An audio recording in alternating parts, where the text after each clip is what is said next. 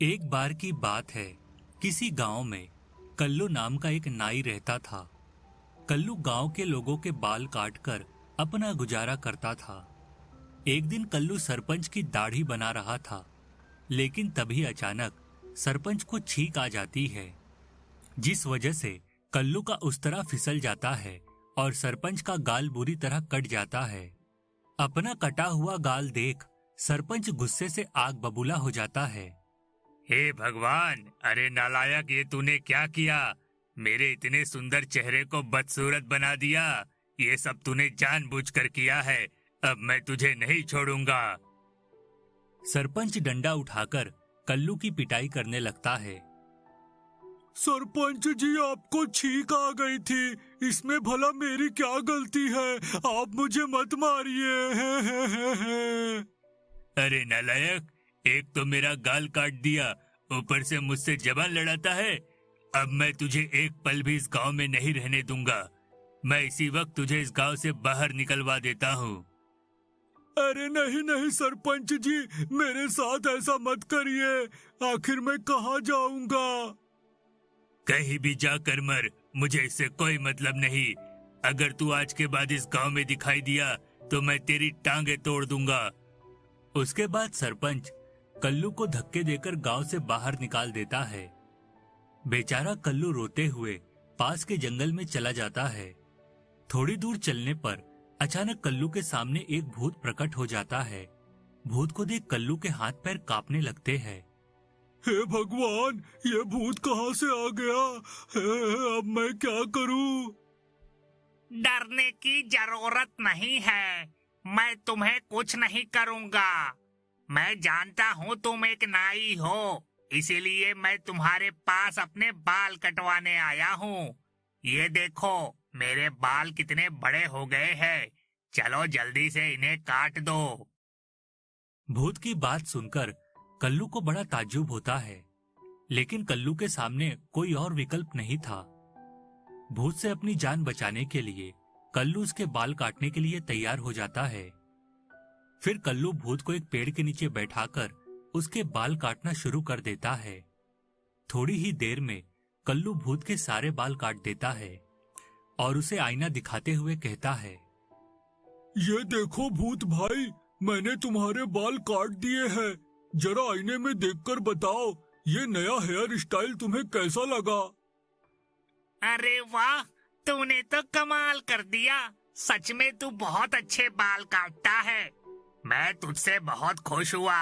अब मैं हमेशा अपने बाल सिर्फ तुझसे ही कटवाऊंगा। लेकिन फिक्र मत कर, मैं तुझे इनाम भी दूंगा। इतना कहकर भूत कल्लू को लेकर जंगल के बीचों बीच पहुंच जाता है। वहां पैसों से बना एक बहुत ही सुंदर घर मौजूद था। ये पैसों से बना घर मैं तुझे देना चाहता हूँ।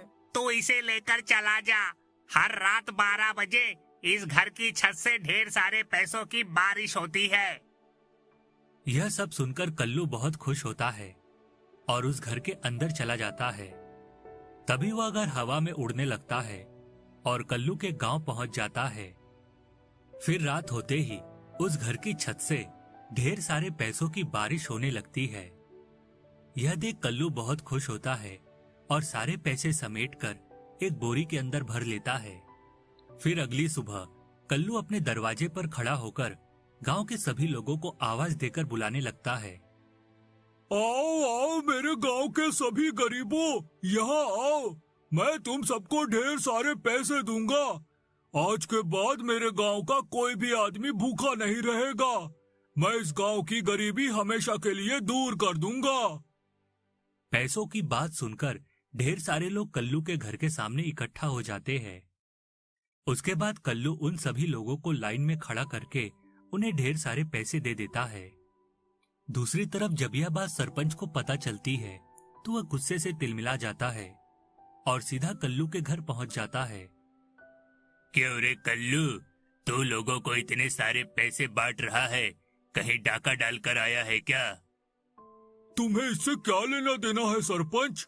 मैं ये पैसे कहाँ से लेकर आया हूँ, इस बात से तुम्हें कोई मतलब नहीं होना चाहिए।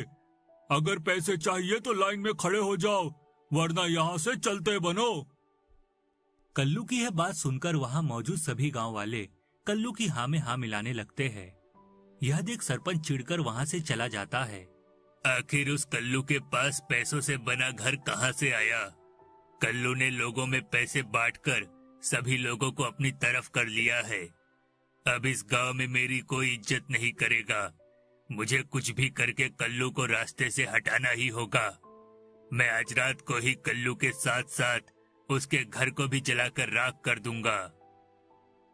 इस तरह सरपंच कल्लू को मारने का मन बना लेता है और रात को ढेर सारा पेट्रोल और एक जलती हुई मशाल लेकर कल्लू के घर के सामने पहुंच जाता है। देखते ही देखते सरपंच सारा पेट्रोल उस पैसे से बने घर के ऊपर डाल देता है। चल कल्लू, मरने के लिए तैयार हो जा। इतना कहकर सरपंच जलती हुई मशाल कल्लू के घर के ऊपर फेंक देता है, लेकिन तभी अचानक वह मशाल हवा में उड़कर दूसरी तरफ जाने लगती है। यह देख सरपंच चौंक जाता है। अरे ये सब क्या हो रहा है? ये मशाल उड़कर कहाँ जा रही है? सरपंच उस मशाल का पीछा करने लगता है। देखते ही देखते मशाल सरपंच के घर के सामने पहुंच जाती है। इससे पहले कि सरपंच कुछ कर पाता, मशाल सरपंच के घर के अंदर चली जाती है और देखते ही देखते सरपंच के घर में चारों तरफ आग लग जाती है। हे भगवान, ये सब क्या हो रहा है? अरे कोई मेरी मदद करो, कोई मेरे घर में लगी आग को बुझाओ। अरे कोई तो आओ। सरपंच जोर जोर से चिल्लाने लगता है, लेकिन थोड़ी ही देर में सरपंच का पूरा घर जलकर राख हो जाता है। इस तरह उस बेईमान धोखेबाज सरपंच को उसके किए की सजा मिल जाती है। बहुत समय पहले की बात है। किसी गांव में गोपाल नाम का एक आदमी अपने परिवार के साथ रहता था। गोपाल अपने परिवार के साथ हंसी खुशी अपनी जिंदगी बिता रहा था, लेकिन फिर एक दिन अचानक तेज बारिश की वजह से उस गांव में बाढ़ आ जाती है।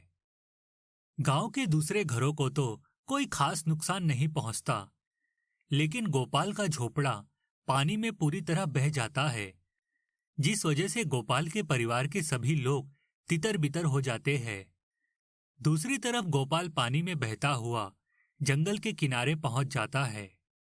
थोड़ी देर के बाद गोपाल को जैसे ही होश आता है तो अपनी हालत देख वह जोर जोर से रोने लगता है। हे भगवान, मैं लुट गया, बर्बाद हो गया। पता नहीं मेरे परिवार के लोग किस हालत में होंगे।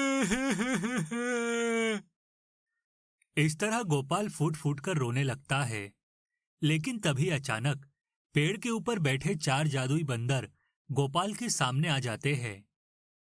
अरे तुम कौन हो और इस तरह क्यों रो रहे हो? बंदर को बात करते देख गोपाल को बड़ा आश्चर्य होता है। अरे ये बंदर बात कर रहा है, कहीं मैं कोई सपना तो नहीं देख रहा? नहीं नहीं, ये हकीकत है। हम चारों जादुई बंदर हैं। पहले तुम हमें ये बताओ कि तुम यहाँ बैठकर क्यों रो रहे हो? आखिर तुम्हें तकलीफ क्या है? क्या बताऊं, कल रात मेरे गांव में बाढ़ आई थी। मेरा झोपड़ा बाढ़ में पूरी तरह तहस नहस हो गया और मेरे परिवार के लोग पानी में बहकर ना जाने कहां चले गए। गोपाल की बात सुनकर चारों बंदरों को बड़ा अफसोस होता है। तुम चिंता मत करो, हम चारों भाई तुम्हारी मदद करेंगे। उसके बाद वह चारों बंदर जमीन में खुदाई करने लगते हैं और थोड़ी ही देर में वहां एक बहुत बड़ा गड्ढा खोदकर तैयार कर देते हैं। फिर एक बंदर अपनी शक्ति से वहां एक बाल्टी प्रकट कर देता है। इस बाल्टी को लेकर जाओ और पास वाली नदी से पानी भरकर ले आओ। गोपाल उस बाल्टी को उठाकर नदी के किनारे पहुंच जाता है और वहां से पानी भरकर वापस बंदरों के पास चला जाता है। अब तुम इस बाल्टी का पानी इस गड्ढे के अंदर डाल दो। गोपाल बिना देर किए बाल्टी का सारा पानी गड्ढे में डाल देता है। फिर अगले ही पल उस पानी में ढेर सारे सोने के सिक्के तैरने लगते हैं। यह देख गोपाल की आंखें फटी की फटी रह जाती है। अरे बाप रे, इतने सारे सोने के सिक्के! ये सारे सोने के सिक्के तुम्हारे लिए है। तुम इन्हें लेकर चले जाओ और अपनी एक नई जिंदगी की शुरुआत करो।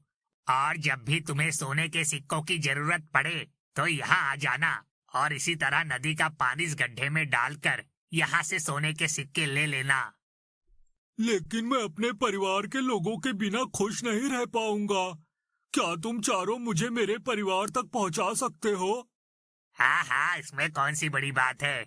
मैं अभी अपनी जादुई शक्ति से तुम्हारे परिवार के लोगों का पता लगाता हूँ। इतना कहकर वह बंदर वहां एक जादुई गोला प्रकट कर देता है। तभी उस गोले के अंदर एक तेज प्रकाश होता है और उसमें गोपाल के घर के सभी लोग दिखाई देने लगते हैं। फिर वह चारों बंदर हवा में उड़कर वहां से चले जाते हैं और थोड़ी ही देर में गोपाल के परिवार के सभी लोगों को लेकर वापस आ जाते हैं। अपने परिवार से मिलकर गोपाल बहुत खुश होता है और उन बंदरों को धन्यवाद देकर अपने परिवार के साथ वहां से चला जाता है। उसके बाद गोपाल उन सोने के सिक्कों को बेचकर बहुत बड़ा घर बनाकर तैयार कर लेता है। गोपाल को जब भी पैसों की जरूरत पड़ती तो वह नदी के पानी को गड्ढे में डालकर वहां से सोने के सिक्के हासिल कर लेता था। लेकिन एक दिन एक चोर गोपाल को ऐसा करते हुए देख लेता है। अरे बाप रे, ये तो कमाल हो गया। ये आदमी इस गड्ढे से सोने के सिक्के हासिल कर रहा है। इसके जाने के बाद मैं भी इस गड्ढे से सोने के सिक्के हासिल करके अमीर बन जाऊंगा। उसके बाद वह चोर गोपाल के जाने का इंतजार करने लगता है। गोपाल जैसे ही सोने के सिक्के लेकर वहां से चला जाता है कि तभी वह चोर गड्ढे के पास पहुंच जाता है और नदी से पानी लाकर उस गड्ढे में डाल देता है। फिर वह चोर पानी में सोने के सिक्के प्रकट होने का इंतजार करने लगता है। लेकिन तभी अचानक उस गड्ढे से एक बहुत बड़ा सांप बाहर निकल आता है। अरे बाप रे बाप, ये सांप कहाँ से आ गया? अरे कोई बचाओ मुझे। चोर वहां से भागने लगता है, लेकिन वह सांप चोर को पकड़ लेता है और फौरन उसे मारकर खा जाता है। इस तरह उस बेईमान चोर को उसके लालच का फल मिल जाता है। दूसरी तरफ गोपाल अपने परिवार के साथ हंसी खुशी अपनी जिंदगी जीने लगता है।